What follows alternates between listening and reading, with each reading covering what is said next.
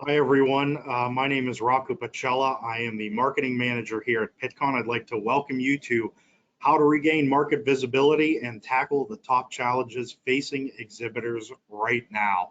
A very apropos webinar, I'm sure, as we've all been welcomed back into the conference and exposition world and have kind of been facing everything after a long time away from it. I'd like to introduce in a few moments here Jefferson Davis from Competitive Edge. We've partnered with Jefferson for years due to his distinct and quite often, or quite honestly, detailed understanding of the conference and exposition world. And we're offering this webinar to you as a benefit of your investment or your future investment for those who are still considering coming to Pittcon with us here at Pittcon.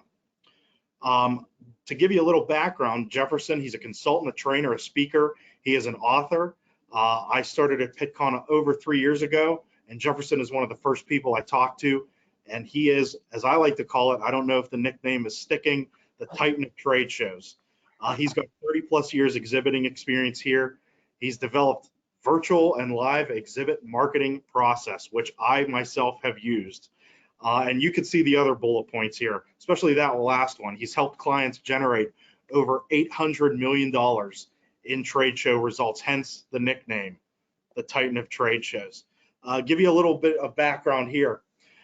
In case you don't know, over 90% of our net profit from Pittcon goes on to fund science, education, and outreach in our communities. As exhibitors or prospective exhibitors, you are investing in this mission and enabling us to give so much back. And for that, we thank you. We're really excited to welcome you back to Pittcon after 2 years off and back to our host city of Philadelphia. Many have been asking me what our attendee numbers look like. We don't have that answer right now because we just opened registration November 1st, beginning of this month.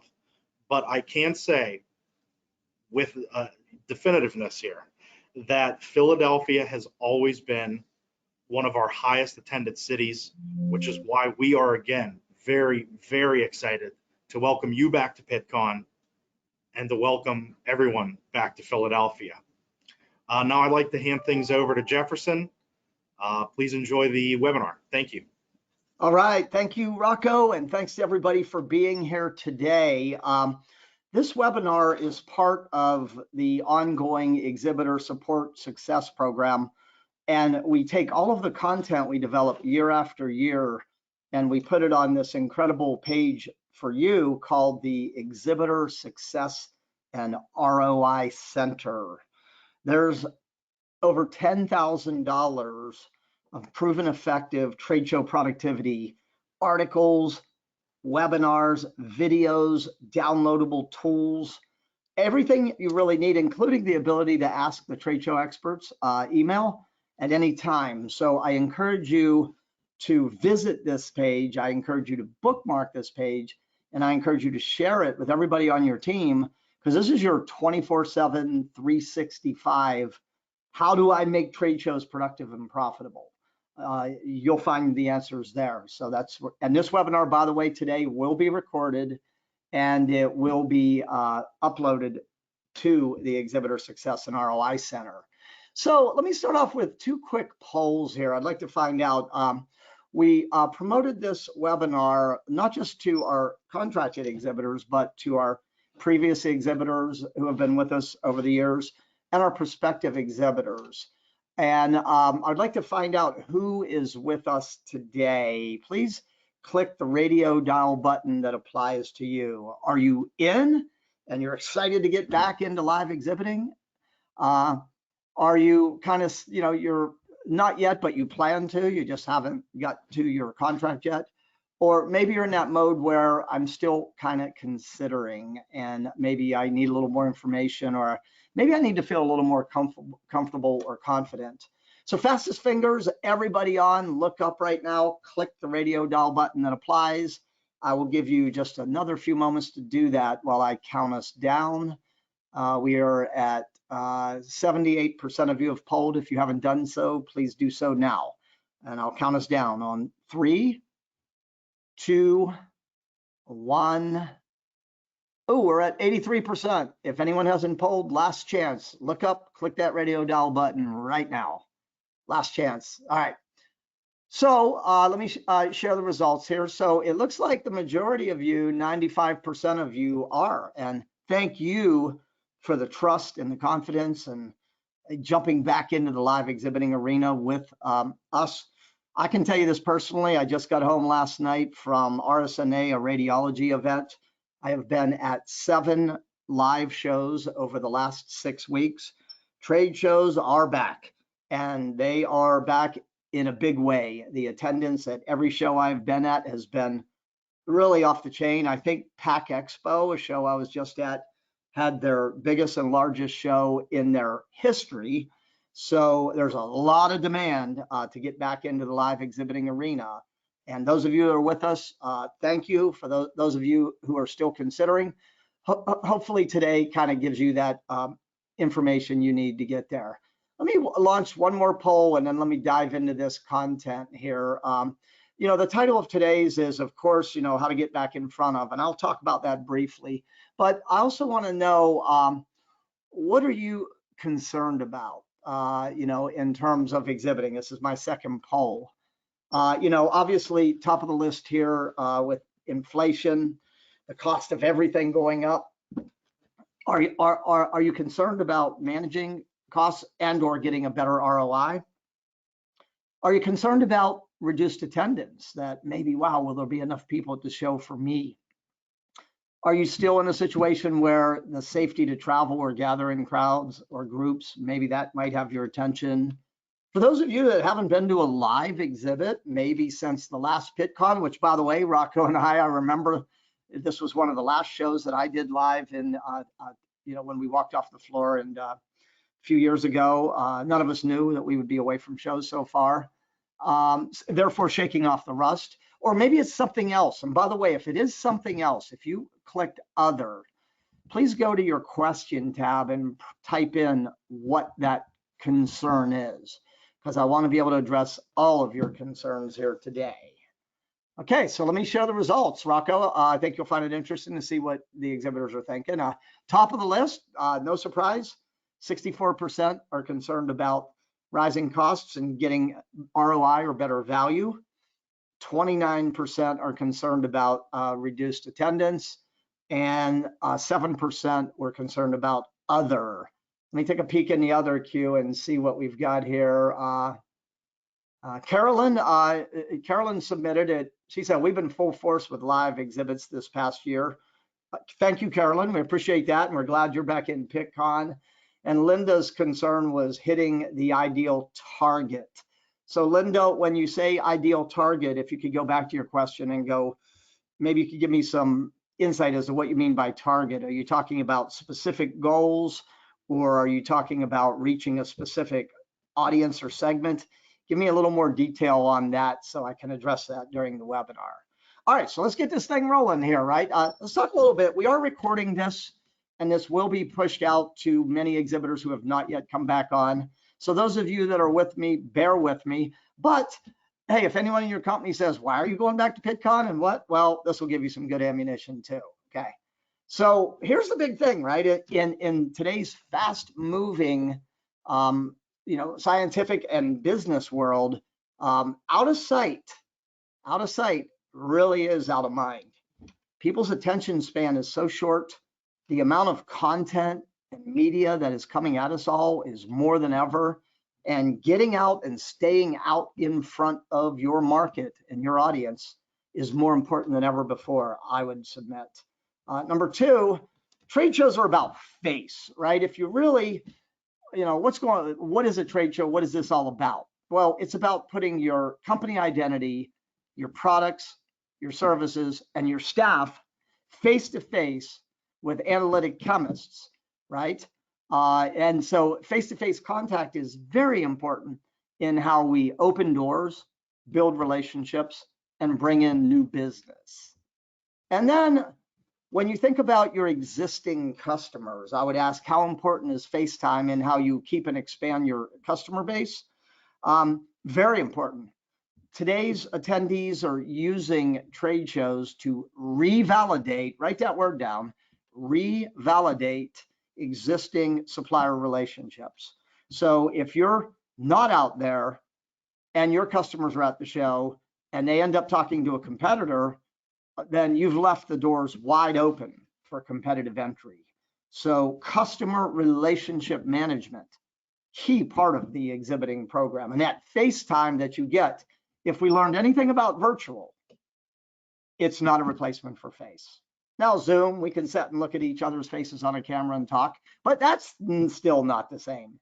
You know, there's magic and there's energy when people get within arm's length, face-to-face, toe-to-toe, so to speak. If I were to ask your business development or your sales team, are they finding it easier or are they finding it harder to get face time with analytic chemists in the field? I bet you 100 out of 100 tell me harder than ever. And if I were to ask them on a great day out in the field, when they've really gone home and they've earned their money and they're tired, how many actual face-to-face meetings with customers or prospects, how many are they averaging on a typical day? The answer would be not many. In fact, you can write this down. According to the last research I could find, the average salesperson gets face-to-face with 2.3 living, breathing bodies a day. So that would be what? 10 to 12 a week. That would be 40 to 50 a month. You can get that many, you can get that 10 to 12 in an hour or two at Pittcon. You can get that 40 to 50 that's taken you a month to get in a day at Pittcon. Imagine what you can get over the entire show event. So these are all reasons why I would suggest that if you're still on the fence, why getting back into live face-to-face exhibit and event marketing is important. And the rest of this webinar is going to be how Pittcon's working together is going to help you do that. Okay, so we ran our poll. We're good with that. So, and that echoes what I'm hearing, by the way, too, in terms of the top four. I, again, work in a lot of industries. The last few weeks, I was at radiology. I was at fabrication, manufacturing fabrication. I was at packaging. I was at business aircraft. I was at wastewater. I was at convenience stores. I was at apartment, and I was at facility management. As you can see, I'm really exposed to about every industry you can imagine. And I've been polling exhibitors in all these industries, and these are the top four that I'm hearing across the board. So we're going to jump in and tackle all four of these today. Okay, so let's get at it. Number one. Okay, get more control over your exhibit spending, save money, stretch your dollar. The first thing I want you to do, I want you to go to the Pittcon Exhibitor Success and ROI Center. I want you to download the free cost control tool you're seeing on the screen here. This is an Excel spreadsheet that is completely built out, completely customizable. It breaks down the exhibit by where the dollar goes, as you can see on the pie chart. And then it gives you a very robust budgeting, actual, over, under, comparison, cost control tool. And what's cool about it, this chart is in the tool, but when you fill out, when you put your numbers in, it'll automatically create your chart. You can lay these two charts side to side. You can go, here's where the dollar is going for the average exhibitor. Here's where it's going for us. Now, why is that important? Well, these are benchmarks. And so when you look at the areas, if you're over in a certain area, or if you're under in a certain area, it doesn't mean that you're wrong. It just means take a closer look. Understand, does it make sense for you to be that much over or that much under? Because if you're far off the averages, you know, you want to at least be able to understand and explain and justify why that is, okay? And by the way, which we're going to get into next, there's a tab in this worksheet, how to save money by each area. We've taken each one of these areas on the chart and we've included cost saving, money stretching tips. So big takeaway number one, when it comes to your money, keep strict accounts. Know where it's going, benchmark it, Save and stretch where you can. Okay, before I get into the next slide, I want to ask a favor. It looks like many of you have already been exhibiting at shows over the last year or so. I want to ask you to go to your question tab right now, and could you submit one thing that you've done to save money at a trade show recently? Everybody wins when somebody shares. So I'd love to hear from as many of you as possible. And no matter how big or how small, you know, maybe you brought your own vacuum cleaner so you didn't have to pay to have your carpet vacuum. I don't know what it is for you, but go ahead, go to your tab right now and say, here is one thing that I have done, one thing that I've done to save some money. So Juliana, you are first out of the gate. Thank you very much. She has reduced her travel costs. Oh, they're coming in fast and furious. Thank you, very engaged group. Pamela is saying that she only sends key people. Great idea, Pamela. We're going to talk about that. Carolyn says that she's cut down on labor for the smaller shows. Carol said she's cut back on the number of shows that she attends. Brilliant strategy, Carol. It'll give you the money to do the right shows properly. Madeline says we did not purchase lead retrieval. Madeline, on that one, that may or may not be a good call. I know lead retrieval's not cheap sometimes, but you might want to take a closer look at that one. And the reason I say that is that if you're meeting a business person for the first time and they hand you that badge to scan and you can't scan it, you've got to really ask yourself maybe what form of impression that you might be making. And so, so take a closer look at that one, especially if, Madeline, your primary reason for exhibiting is lead generation. Linda shared, she's got a 10 by 10 booth that she can put it in a golf bag and carry it on the plane instead of shipping it. Hey, right, that works. Carolyn is sending another one, and you ladies are awesome here today. Thank you. She says we ship via FedEx versus a carrier for our smaller shows. So great feedback. Thank you. I've done a lot of webinars. I've asked. You've been a very robust group on this. So let me give you like a top 10 list here, and then we'll keep moving on. Number one, top of the list, drum roll. Read the GES online service kit. Typically, cost overruns, headaches, and hassles usually come from something that was in that kit that you didn't notice or didn't pay enough attention to. I know it's not fun reading, right? I mean, it's pretty dry reading, but this is where headaches and hassles and cost overruns typically start. Next, take advantage of all show vendor discounts. GES is the official contractor, and the Pennsylvania Convention Center provides show services.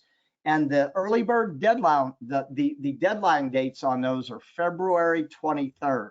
So make sure that you pad that date. I would put it at least a week prior, and make sure you get in your orders early, because typically when you miss an early bird, you're talking 30% difference, typically, sometimes more, sometimes less. Next, for some of you, maybe it's time to look into a rental exhibit. These rental exhibits now, yesterday I was at the radiology show evaluating booths, and we'll be at Pittcon this year doing evaluations also. A couple booths I was evaluating, I said, do you own this or rent it? And they said, no, we rent this. And I'm like, I couldn't tell it was a rental. And the money saving area of renting an exhibit is, number one, there's no freight or shipping. Number two, there's no drayage getting it into and out of the hall. Number three, the labor, the I&D, the setup and tear down is included. And number four, you don't have to store it. So and number five, I would say, is that it gives you great flexibility in terms of the ability, different configurations and everything else. So for some of you, it might be time to look into a rental. There could be some, and how cool is it to show up on site and your booth is ready to go? That's, and you don't have to go through all that headache and hassle. Take a look. Number four, here's a great strategy. Cross-promote your booth with complementary exhibitors. Here's the way to think about complementary exhibitors. upstream, meaning what product or service, if an analytic chemist looks into or buys, makes you the next logical consideration. We call that upstream because you're downstream from them. Then ask yourself this question. When someone inquires or buys your products or services, what is the next logical consideration for them? Then what you could do is reach out to your upstream and your downstream complementary exhibitors and maybe cross promote, maybe pull your promotional funds together, maybe set up your own little treasure map in the show, visit these 5 booths. I did this with a company in the dental industry. We had 7 companies come together, all complementary. We had our own little treasure map going that we promoted. We all promoted to each other's customer bases. Visit all 7 of our booths. We gave away a Jeep Cherokee. I tell you, we had an incredible show. None of us could have afforded to give away that Jeep on our own, but when 7 of us came together and we all started cross-promoting, it was an easy thing to do. So don't feel like you have to go into the show on an island, like it's you against the industry. Who's upstream from you? Who's downstream from you? Reach out. Hey, and other ways you can do, depending on where they're located geographically, you can start sharing freight together and shipping together or renting or whatever, but don't feel like you have to go it alone. Find complementary exhibitors and work together. Number 5, I saw a lot of this at radiology yesterday, the movement toward, instead of having printed graphics, flexible AV. I even saw some small 10 by 10 booths that had the LED back walls. And you want to talk about visual impact? You want to talk about the ability to demand the attention of people? And maybe the AV is not a LED back wall, but maybe it is just a flat panel to deliver some of your messaging. So instead of having to print your graphics, which can sometimes be dull and not be seen. So consider AV. Anything that you ship, fill it to the rim, right? There was a fill it to the rim with Brem, right? There used to be an old commercial. Yeah, make sure your packages are optimized. You've got anything and everything. Try to ship one thing one time. Try not to ship small pieces. And also, when it comes to where you ship to, make sure you get in the service kit and look at shipping directly to the convention center, comparing that with some people like to ship to hotels. But hotels now have been putting some really heavy surcharges on package delivery, to make up for the money they lost during the pandemic. So let's make sure that we optimize all packages and we're shipping them to the most cost-effective place. A few of you said this, and I applaud you: send fewer people. And anybody who goes should have a valid business reason for going. When you look at air, ground transportation, hotel, lodging, meals, you could easily be hitting $2,500 to $3,000 a person. So my idea is this: you got to have a valid business reason to go to the event, because if you're not going to bring value back for the company, you would probably better off to stay home and save us $2,500 to $3,000. Number 8, staff frugality. Incentivize that. Maybe have some form of a reward or something for people who come in under their budget, or maybe move away from open-ended expense reports, to a per diem, right? So think about that, because boy, those, dining out now has become very expensive everywhere you go. And so that would be another idea. Number 9, ground transportation. Maybe try to have your staff arriving at the airport plus or minus at the same time, instead of coming in at all these different times to save taxi or Uber. So sharing ground transportation, and be careful today about Uber. For whatever reason, many of the cities I've been going to, Uber rates have been 2 to 3 times taxi. Seems like they got us in early, and the convenience of it. I was at McCormick Place, Chicago, normally a $45 Uber. I checked it, it was $145 to get to the airport, right? So keep an eye on your ground transportation. Make sure that all of your show orders, You bring copies of every order. You have a physical hard copy with you, and make sure that you're auditing, especially any invoices you get on site, and also make sure you're auditing those post-show invoices. I had one recently where they had $660 of outbound freight on my my bill at the end of the show, and I didn't ship anything out. So keep an eye on things, right? Yeah, and so for more ideas, you can go to the tool that I talked to you about. Go to exhibitoronline.com/topics and click cost control. Okay, so that's enough about money here. Let's get into concerns about reduced attendance. I've been saying this before the pandemic, but I'm saying it even stronger after the pandemic here, that pre-marketing your participation is more important than ever before. One of the trends we are noticing is that attendees are waiting closer and closer to the event to register. So pre-registration at 12 weeks before the event will look very different than it does at 8 weeks, and maybe even look more different at 2 weeks. I had a show last year that picked up 8,200 registrants in the final 10 days of the show. So they are registering. They too, like you, are sending fewer people, but the people that are coming have a valid business reason to be there. And they're under pressure to justify their time and cost away from the lab, okay? They're more time pressured when they're at the event. They've got technical scientific sessions. They've got social events. They've got friends and colleagues at the meeting. They've got the exhibit hall. They're more selective about where they're investing their time. So they're pre-planning, arriving at the show with an agenda, right, of where they're going to be and who they want to see. The average attendee, this is not Pittcon specific. This is North American B2B.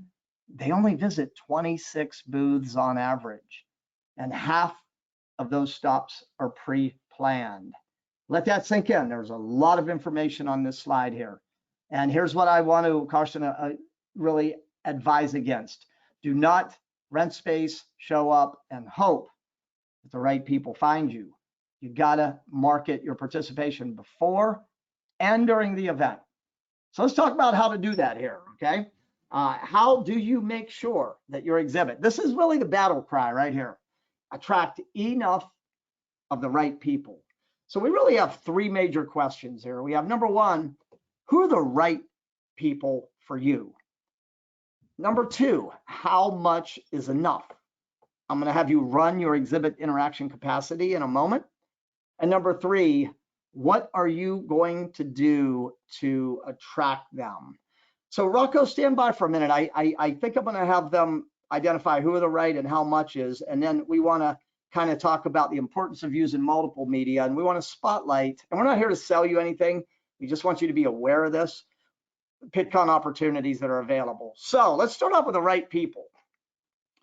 I like to work what I call the triangle, the CPN triangle. The base of the triangle is my existing customers. You never want to go into a key trade show like Pittcon without reaching out and touching your customers. Why? They're using trade shows to revalidate existing buying relationships, and this is when the competition will be knocking on their door loudly and firmly. This is when you do not want to lose by absence or default. So put together a list of all of your existing customers who have, are, or should be attending Pittcon, and reach out and invite them to the show. You can look on the left, you'll see 4 reasons: relationship management, probing for additional opportunity, keeping your ears to the ground for change, and advocacy or endorsement. What a great time, right? Can you imagine if you, at Pittcon, you had 3 of your best customers and you whipped out your phone and said, hey, Rocco, can I ask you a few questions on video? Number one, why did you decide to choose us as your partner for this product or service? And how are we doing? You know, how are you feeling about, you know, our product services? And what would you tell other scientists as reasons, chemists, reasons as to why they might want to consider us. 3 testimonials, right? Why not leverage? How about this next group? Get your sales team to put together a list of prospects in the sales pipeline. Use the energy and the scientific sessions and your product experts and your product demonstrations to move them one step closer. So ask your sales team to put together a list of all prospects that are currently in the sales pipeline. Ask them to identify where they are in the sales cycle and how can we use Pittcon to move them one step closer. Then ask them to reach out and have at least 3 touches with each prospect. Get as many of them to the show and to your booth as possible. There's low hanging fruit. There's fast return on investment hidden right here. The profile. The profile is, the type of chemists, the industries they work in, the vertical markets, the job functions and titles, the geographical locations, perhaps the degrees, the areas of specialization, however you define your ideal visitor. And then you're going to want to include anybody who has reached out over the last 12 to 18 months into your company. Put them on your list too. If you will attack this, all 3 sides of the triangle, you will have a booth full of high value interactions. You'll have a booth staff who is extremely excited about getting into that show and getting into your booth. Okay. Next, grab your pen, grab a calculator. We're going to do a quick exercise here. Okay. Remember I said trade shows are about face. And remember I said you have a limited amount of interaction capacity. Knowing this capacity, to me, is one of the most important numbers you'll ever understand. So let's do this together. So Pittcon, the exhibit hall is open for 22 exhibiting hours. We are not including the golden hours in the morning or the entertaining hours in the evening. We're talking about winning the game from the biggest area of your investment. So write this number down. Use your number, not mine. How many of your staff are going to be standing in that booth for the purpose of talking to visitors? The staffing rule of thumb is 50 square feet per staffer. So if you have a 10 by 10 booth, you have space for 2, maybe 3. Don't overstaff it. Don't understaff it either. Don't just have 1 person. What happens if you're talking to a chemist and another one walks in, right? You're in trouble, right? So make sure you have enough, but not too many. Now, listen carefully. I want you to set a target number of interactions per hour per staffer. What do I mean by interaction? I just mean that somebody from your company is standing face to face talking to a chemist, right? So what's a realistic number? Well, 3 per hour, 20 minutes to find, engage, qualify, present, capture a lead. Conservative. 4, that's 15 minutes per interaction. 5, that's 12 minutes.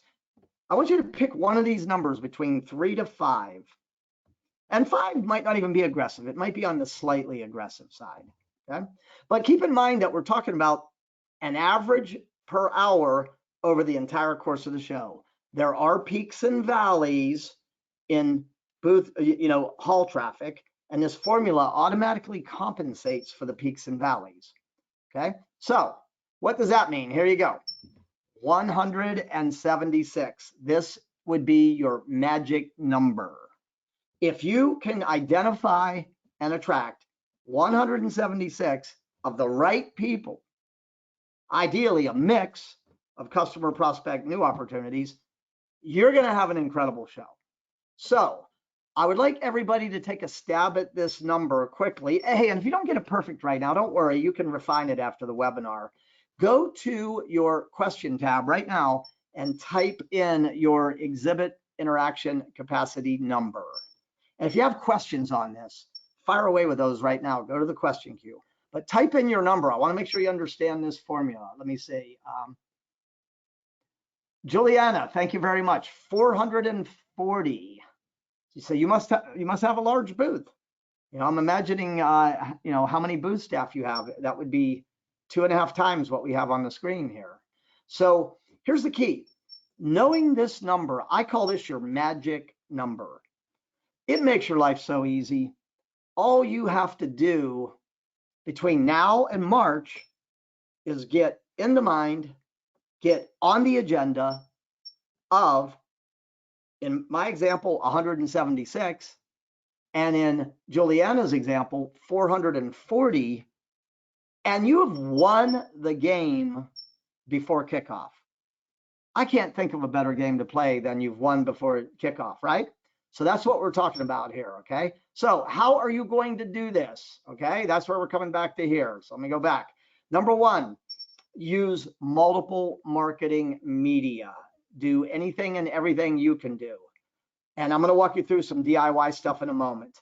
And then take a look at what Pittcon makes available both for pre-event and at show opportunities. I'm going to have Rocco come back on for just a minute here, Rocco. I'm about 2 beats behind on my timing. But Rocco, what are a few, right now, as you said here in December, we're looking at Pittcon in late March. What are a couple of the opportunities you think exhibitors really need to know about and be aware of? I think there's well, we've changed sponsorships up a little bit this year. That was the opportunity that we saw with having virtual Pittcon and then no Pittcon. We were able to make a lot of good changes, listen to a lot of exhibitors and what they wanted, and we've kind of beefed up pre-show sponsorship opportunities. So one of those ones, I have our marketing coordinator, Sarah, here. She likes this one the best. We have a e-blast banner ads. Those e-blasts go out to multiple thousands of active and prospective attendees. That's an international audience. And that is simply having an ad in there. Usually that ad is an image plus a little write-up that we allow, and those are sent out bi-weekly. There is the one that's my favorite, which is retargeting digital ads, retargeted digital ads. That one is our web audience that we've collected over years of various digital advertising, and we're able to retarget those people on their mobile phones. That one, that's my favorite one. That's a new one that we've made, and we also have one that's kind of new for this year, and that's a banner ad on pittcon.org itself. We've never really offered that before. We've had logos before, for partners that we have, but we've never had that as a sponsorship. So, we do have a lot of web traffic. We'd like to make that an opportunity for people to reach attendees prior to them being at Pittcon, to let them know you're at Pittcon. Then there's, of course, all the opportunities within the sponsorships within the show itself. That would be, carpet stickers, hand sanitizers, aisle danglers. We're doing something this year. We had this in 2020 before everything pretty much shut down, and that's having the Pittcon party. If anyone knows the Pennsylvania Convention Center, all of the in-show advertising opportunities are really geared towards the walkthrough that attendees are going to have from that main street in Philadelphia, which the name escapes me, but it's near the Reading Market. And that Grand Hall is where the Pittcon party is, but people are walking through that. So it's kind of, it's really set up for people to notice signage, for people to notice digital signage, for people to notice, hey, this company is here. And again, as Jefferson says, you're kind of winning the game before kickoff. If you want to take each day of Expo as, a new game, people are walking that path going toward Expo and saying, hey, I'll make up a name, Rocco Corp is exhibiting at Pittcon and their booth 700. Well, I know to go there, So yeah, those are the ones that I'm most excited about. I got to say the Pittcon party is a big one too. That is on the exhibitor portal for those of you who are already registered as exhibitors. And that one is, it's going to be a lot of fun. If you remember from the Pittcon 2020 party, we had about, I'm going to say 1,500 people there. We're expecting a similar amount at this one, given how much we can fit into the space, which is the Grand Hall. And that sponsorship opportunity, we're doing it differently. That is just for one sponsor. So there's a way to reach people before the show, during the show, at an event at night, and a lot of those pre-show sponsorships, retargeted ads, even the e-blast banner ads, we're going to be offering after the show. So we like to, and this is something we've talked to Jefferson about. I'll give you credit for that one, Jefferson. We want to give people the opportunity, exhibitors the opportunity to, keep in the minds of people that are considering going to Pittcon, that are at Pittcon, and especially afterwards, because a lot of people don't do that follow-up. When we exhibit at shows, we do the same thing, and I will tell you 100% it works. Okay, thank you, Rocco. So here's the best advice I can give every exhibitor. Number one, recognize that the competition for attendees' time and attention at the show is fierce. Recognize that the more you can do up front to get in the mind and on the agenda of the right people, that is winning the game before kickoff. I'm going to go over some do-it-yourself stuff, but also think about your goals. Think about your target visitor. Think about your budget and check out Pittcon's opportunities. Pick up the phone and call them. Drop them an email. They are really good at understanding your needs, where you're trying to go, and matching the opportunities that support your goals and fit your budget. They are super nice people, Rocco and the team. They do not bite. They're here to help you win. So take advantage of that opportunity. Thank you so much, Rocco. I got to crank forward here. I've got a little more to cover. Okay, now write this phrase down. The why precedes the how. So you got to give people a reason out of all these hundreds of booths to visit yours. And the key to that is your value proposition. Defining and communicating a clear, compelling value proposition. That's how you get the right people to your booth. So I want you to think about your product service. I want you to think about the problems or the challenges that chemists are having that you can help them address or solve. I want you to think about what opportunities or improvements you can make in their research and their projects. I want you to think about what can you quickly teach them. They come to shows to learn. Their minds are wide open when they're at a show. What can you teach them that's going to add value to their business, their project, their research, their job, their career? I want you to think about what they stand to gain, save, achieve, or avoid by visiting your booth. I encourage you to take these questions, gather your product managers, gather your marketing team, gather your best sales staff, ask and answer these questions, and this will give you the content to create a really good value proposition. Let me give you the template for the value proposition. It is not in your workbook, so please write this down. First is your hook, and your hook should be a question. And the question can come from two angles. Tired of, struggling with, frustrated about, insert your problem. Go to the improvement or the teaching. Interested in, curious about, want to learn more about? That's your hook. It should be a question. Give us 5 minutes at Pittcon. You will see, you'll do, you'll learn, and you'll get. Oh, by the way, we got something cool for you at the booth. So there it is right there. Hook. Tired of, struggling with, frustrated with. Opportunity. Interested in, curious about, want to learn. Give us 5 minutes at Pittcon, booth number. You'll see, you'll do, you'll learn, you'll get. Put us on your My Show planner or your must-see exhibitor list. That clear call to action in there, okay? So, some keys here. Start with your internal house lists. Segment your lists by customer, prospect, potential new op. Design messaging and content. Each list will have a different hook. Spend the rest of this month getting your pre-marketing plan down and go into full launch mode in January. Try to land 3 direct touches with your ideal visitors. And it seems to work best when you use multiple channels: email, social media, web landing pages, and don't forget about direct mail. The clutter in the mailbox has gotten really, really light. It's a good time to get back in there. And remember your see, do, learn, integrate your value prop into all of your communications. Here's another good one. Take a look at the technical, scientific, educational sessions on the Pittcon website. Ask yourself which of those sessions relate to what you do. Mention the sessions in your promotion. Hey, go check out this session being held on this or that, and come to our booth to continue the learning, right? You'll notice in the green box here is that as an exhibitor, you can attend, your staff can attend educational sessions. So I would look at the roster and go, which of these sessions are our target customers likely to attend? Which of these sessions can we use to expand our understanding of our customers and a certain area of research, okay? And attend those. As an exhibitor, you can conduct learning labs, right?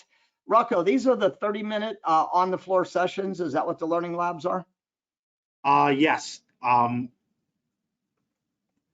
actually, Stephanie, who most of you know, our exposition planner, was supposed to be here with me for this very reason. So she's out sick today, so I will text her and confirm that for you, but I am almost 100% certain those are the ones. So anybody, this is what I will say. Remember, one of the primary reasons they attend is to learn. If you can put together a learning lab, I can't think of a better way to not only have a captive audience for 30 minutes, but also to have the learning continue in your booth. So anybody interested in that, please reach out to Stephanie at Pittcon, okay? And I will interrupt you. Stephanie is on the webinar right now listening from, I'm assuming, home. She said the learning labs and demo zones are indeed the 30-minute ones on the floor. Demo zones too. Number one way they want to engage with products and services is through demonstrations. If you are serious about winning this game of Pittcon, I would absolutely be looking into one or both of those, learning labs and demos. You can't make sure all of your marketing too. Remember at the end of it, clear call to action. Visit our landing page to set a time to meet or sign up for our learning lab or our demo. Make sure you got a clear call to action in all of your marketing. And if you want to increase the response rate, offer some form of a reward. Hey, we've got this special technical scientific paper that we're going to give you early bird access to. Or maybe it's a promotional product of some sort, something useful, something unique, something that supports a message or a theme. Make sure your giveaway is high quality. Make it unique too. Don't give away everything what everybody else is giving away. Who needs another cheap pen, right? Nobody. And then when you're going for higher level, maybe you ratchet up the reward a little bit for scheduling and completing appointments. And there's an incredible tool out there called Calendly, where you can have every one of your team set up these 15 or 20-minute blocks at Pittcon, and you send one link in your promotions, and they can click the day and the time and the person they want to meet with. So take a look into that. There's no higher quality commitment than a confirmed appointment to meet at a certain day and a certain time. Okay, social media, let's leverage that. You know what? Hey, let's talk about the problems that analytic chemists are facing that you can help them solve. Maybe it's a branding thing. Maybe the positioning of your brand or really building the awareness. Research, again, people come to shows to get access to the latest data, the latest best practices, the research. Maybe you're going to share that. Web landing pages. This is one of the most underutilized and one of the most powerful tools you have in your toolbox. The ability to set up a event landing page. You can see the example here. It's clean. The branding is really well, Workday. It's got, look at all the call to action tags on the left, learn more. On the bottom, learn more. Look on the right, request a demo in the top. Look on the ways to engage with us at HR Tech, right? There's clear call to actions everywhere. There's one-click ways. You know what, see Workaday in action, pre-schedule a demo. Attend our learning lab, right? Come to our group demo, right? Calendaring is built into these. So event landing pages, what a powerful tool. And not enough exhibitors are using these. Okay, so we've got about 5 minutes left. Any questions that have come into your mind, please jump in. go ahead and type. I'm going to move into the next point here, which is cost justification. Okay, so for those of you on the webinar who aren't contracted, I would ask you two questions. What if your company has either flatlined or lost business or customers during the pandemic? What is it that you need most right now? I would argue you need leads. I would argue you need opportunities. I would argue you need revenue. Then I would ask you, how important is face-to-face contact in achieving those goals? So the formula that I want you to walk through here, for those of you, if you are under pressure to justify and or want to plan to get a return on investment, here's how we do it. Okay, so part one, you already did this. You should have run this number, your exhibit interaction capacity. I'm spotlighting this because this is where you can run your cost per interaction. In this example, look carefully, 176 interactions. My investment in the show, floor space times 5, 16,000 and change. When I divide my 176 into that 116,875, my cost per interaction is $96. I want you to show your CFO, your CEO, whoever is wondering, man, these trade shows are so expensive. Are they really? Are they really? If I called you on the phone and said I had one analytic chemist, I'm going to bring them to your place of business. I'm going to leave them as long as they want to stay. I'm going to take them back when they're done. Would you pay me $96 to bring that chemist to your business? Yes or no? The answer should be absolutely. And then I would ask you, how many would you want me to bring? And the answer should be 176. Okay. Now, how do you plan for return on investment? Okay, you got to think about what is the value of a customer to you in financial terms, or what is your average sale amount? So I'm going to say that I sell analytic equipment. It is a one-time purchase. It's a $5,000 purchase. So I'm going to divide that number into my total exhibiting investment. So I am going to need 3.4 sales orders over time, right? Not at closing time, maybe in the next month, 2 months, 3 months. I only need to convert 1.9% of my interactions. 1.9%, that is an extremely low conversion rate, easily achievable, okay? So the question I would ask you is, what are the odds, right? If you put your products in front of that many analytic chemists, that over time, you could generate 3.5 customers or sales orders. I'm going to be very direct when I say, if you can't convert 3.4 out of 176, something is wrong. And that something has nothing to do with the show. Just being serious and direct here, right? If you put your products in front of 176 chemists and you can't get 3.4, you're going to have to take a really hard look at what you're marketing or how you're marketing. What I'm saying here, it's easy to cost justify because now when you compare the $96 to the $1,114 average field sales call, you are saving your company a ton of money. Although most people don't see it because they never calculate it. This formula will give you how to cost justify based on cost per interaction savings and how to get a 100% top line revenue cash return on investment. Okay, so let's keep rolling. Some of you, maybe you're a nonprofit, maybe it's about an awareness thing, maybe you're not even here to write orders at, maybe you can't close the loop on your leads. So how can you cost justify your investment? Well, I just showed you the first way. Calculate your cost per interaction and compare it to the cost of a field meeting or a sales call, 1,114. How many of your customers were at the show and how many did you meet with? How many prospects did you meet with? What was your cost per customer and or prospect meeting?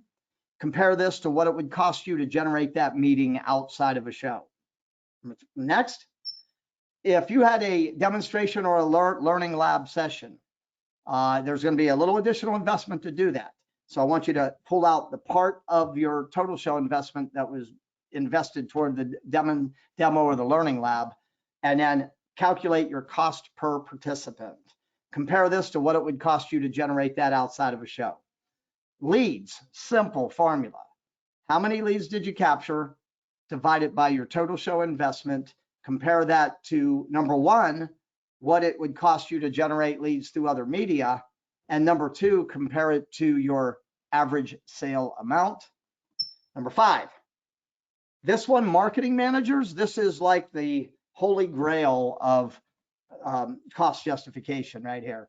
If you will tighten up your lead qualification process so you can assign an accurate quality and value to each lead, meaning what is the potential revenue value of this lead, and add all that together, then divide it by your total exhibiting investment. For example, if I had a $5,000 average sale and I captured 100 A and B level leads, 100 times 5,000 is 500,000. My $16,000 investment brought $500,000, $500,000 of A and B level potential revenue to my company. So those are ways to cost justify. Okay, there is a measurement tool on the Exhibitor Success and ROI Center that blends performance metrics. You can download it. Just enter your numbers in red. It will also help you identify your goals, right? And turn it into a SMART goal. And a lot of these formulas I just mentioned in this last two slides, it'll auto calculate for you. My last piece to leave you with is I want you to use these next 2 months, December and January. I want you to really make sure that you have defined your outcomes and you have a plan. So it starts with, what are your company's goals in 2023 in the areas of marketing, in the area of sales, in the area of customer relationship management? Then, why are you exhibiting? What are your reasons for exhibiting? Take a look at this from the CEIR research, objectives and for exhibiting and the metrics for success. Look at all the stuff you can get accomplished at a show. Take a look at this and ask yourself, which of these are we currently pursuing? Which of these should we be pursuing? Then take your reasons and convert them to goals. Reasons are not enough. So if I said my reason for exhibiting was meet with existing customers, how would I state that in a goal? Here's how I would do it. To interact with at least 80% of our active customers attending Pittcon for the purpose of, what's the purpose of your customer meetings, right? 80%. Now I've got it, right? Then the major question you want to ask is reach out past the show to when the doors close, 90, 180 days after, and ask yourself, how will we know we succeeded in the area of marketing, in the area of sales, in the area of customer relationship management? Okay, then the written action plan. You got to sit down and think this through. What is the goal? What is the strategy? What are the action steps? Who's involved? How long will it take? What does it cost in terms of money, if there is a cost? Where are my checkpoints? What are the metrics I'm going to use to measure? Where am I going to capture the data before, during, and after the show so I can run each metric? Communicate the goals, plans to the team, and give them ownership. Let your team know why you're exhibiting, what their roles are, what the goals are, and communicate and execute. Okay. Finally, my last piece, and we'll take a look at Q&A. Here's the roadmap. We call this the exhibit marketing process. This is a proven effective systemic framework which outlines the strategic factors an exhibitor must address if you want to make sure that the time and the money is supporting your company's core goals and delivering measurable financial value beyond cost. It's organized in pre, during, and after. It goes from left to right. Select the right show. Make sure you've got reasons converted to goals. Design the visitor experience. Attract enough of the right people. Engage those visitors. Capture, follow up, and measure. What I would ask you is to take a look back, especially those of you that have been exhibiting recently, and ask yourself, which of these areas have been limiting our results? Identify the area, attack it. Go to the Pittcon Exhibitor Success and ROI Center, you'll find answers for pretty much every area on the process. Okay, we have run a few minutes over. I am going to take a look in the Q&A. I want to thank everybody. The majority of you have stayed on the whole way. Let me take a look in the question queue. And while I do, Rocco, I want to toss it back to you for any additional thoughts for your exhibitors. No, thank you very much, Jefferson. This is, as always, terrific information. I can say that when we exhibit, we put this stuff into practice because who would we be if we put this out there for exhibitors and didn't do it ourselves? And it has truly changed the way that we exhibit at other shows. Some of you have seen us there. We have find that traffic to our booth is always up, and you know, we're really happy with that. Enough that we just keep this relationship with Jefferson going, and it is always terrific. Thank you very much for it. I hope that you all have a chance to visit the ESRC, as we call it, at pittcon.org. Jefferson will give that. That is in the Exhibitor Success and ROI Center. That link is in the well, it's right there as I'm seeing on the screen. It's a great resource. It's something that we in our marketing department here in Pittcon like to visit every so often, just to remind ourselves what we could be doing better, and also to remind you know, the information that we're sharing with you, our exhibitors. And again, I'll leave with this. You know, we do give so much money to our communities. We fund so much in scholarships, grants, laboratory improvements, you know, even workshops for teachers and students that we go out into our communities and give. We can't do that without you. So again, thank you for that. Thank you for not only investing in Pittcon, but investing in what we like to call the advancement of scientific endeavor itself. All right, Rocco. Well, thank you so much, you and the management team at Pittcon, for caring so much about your exhibitors, to invest time and resources to not just run them concrete, but give them a roadmap and a blueprint on how to make it successful. Thank all of you for joining us for this hour today. And I want to close with this. It's not what you heard here today that's going to make the difference. It's going to be what you do. I know I threw a lot of information at you in an hour. You have your workbook. You have access to this replay. You have access to all of the tools on the exhibitor resource, the ROI Center. I want you to identify 3 very specific things you're going to do over the next 3 months, so that when you arrive in Philadelphia, you are ready for your grand and triumphant return to Pittcon. We're ready. We want you to be ready. And if you have questions anytime along the way, you see this box right here on the page, Ask the Expert. That email will come straight to me and Rocco. And so we are here to help you win. So thank you so much. Think about your goals. 3 actions, 3 big rocks that you're going to take. December, January, February. When we hit that show in March, you are in it to win it. I'm telling you, it's there for the taking, but you got to put in the work. So thanks so much for joining us. If I don't hear from any of you before the holiday, have a wonderful holiday break. Stay safe, stay sound, stay happy, and most importantly, get your game face on, because Pittcon 23 is right around the corner. We will see you again very, very soon. Thanks for logging in, everybody.